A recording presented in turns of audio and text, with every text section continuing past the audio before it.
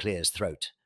"Aye, gather round, ye scurvy dogs, for what I'm about to tell ye is a tale so wild ye'll think it a legend, but every word be true. It's me, Captain Redbeard, scourge of the seas, and as fate would have it, the skies too. Now sit ye down, and I'll spin ye the yarn of how I escaped a cursed island, not by ship, but by flying. Aye, flying.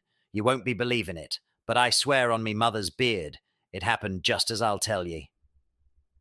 It all started when me, no good, rotten crew, turncoats the lot of 'em, decided they'd had enough of old Captain Redbeard and left me marooned on a sun-blasted rock in the middle of nowhere. They thought they'd seen the last of me, but oh, how wrong they were. Days turned into weeks, and the sea became a distant memory. I was left with nothing but me wits, a handful of coconuts, and the sun scorching me brains. But then, one fateful day, I spotted a seagull, aye, a fine bird, with feathers white as sea foam and wings that stretched wide, carrying him through the skies with ease.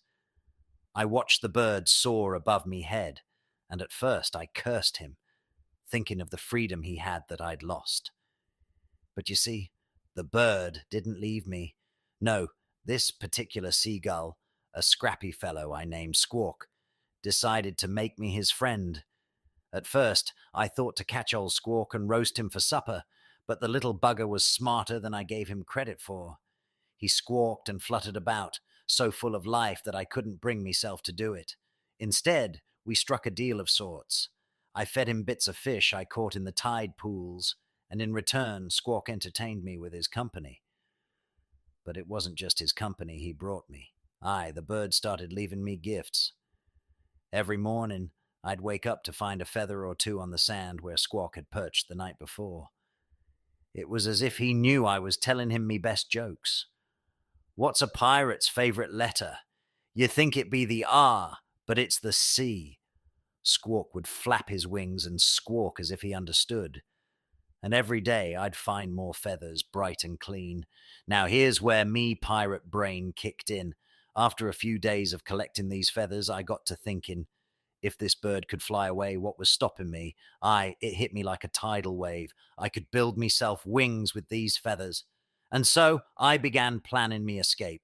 I spent weeks collecting feathers, telling jokes to old Squawk, and weaving the feathers into a grand pair of wings. I used driftwood from the wrecks that washed ashore and vines from the island's trees to tie it all together. The work was slow, aye, but with every feather Squawk gifted me, I grew closer to me freedom. I told him, why couldn't the pirate play cards? Because he was standing on the deck. Squawk squawked louder than a storm. He'd never heard such fine pirate humor. The day finally came. I strapped me makeshift wings to me back, stood atop the tallest cliff the island had to offer, and stared out at the vast ocean. Squawk circled overhead, giving me one last cheer as if to say, "Go on, mate, it's your time." I took a deep breath, muttered a quick prayer to the sea gods, and leapt. For a moment, me heart stopped as I fell toward the waves, but then the wind caught me wings. By the beard of Neptune, I was flying, soaring over the ocean like a bird, free as the gulls that followed me. I flew and flew, far from the cursed rock where I'd been stranded. After hours in the air, a ship on the horizon spotted me.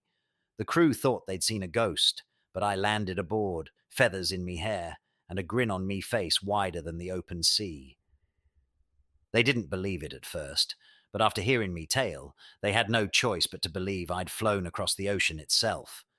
And so, ye lot remember this. Captain Redbeard ain't one to be held down, not by land, sea, or sky. I, with the help of a friendly bird and a few good jokes, I escaped the inescapable. Now raise your tankards to Captain Redbeard, the first pirate to sail the skies.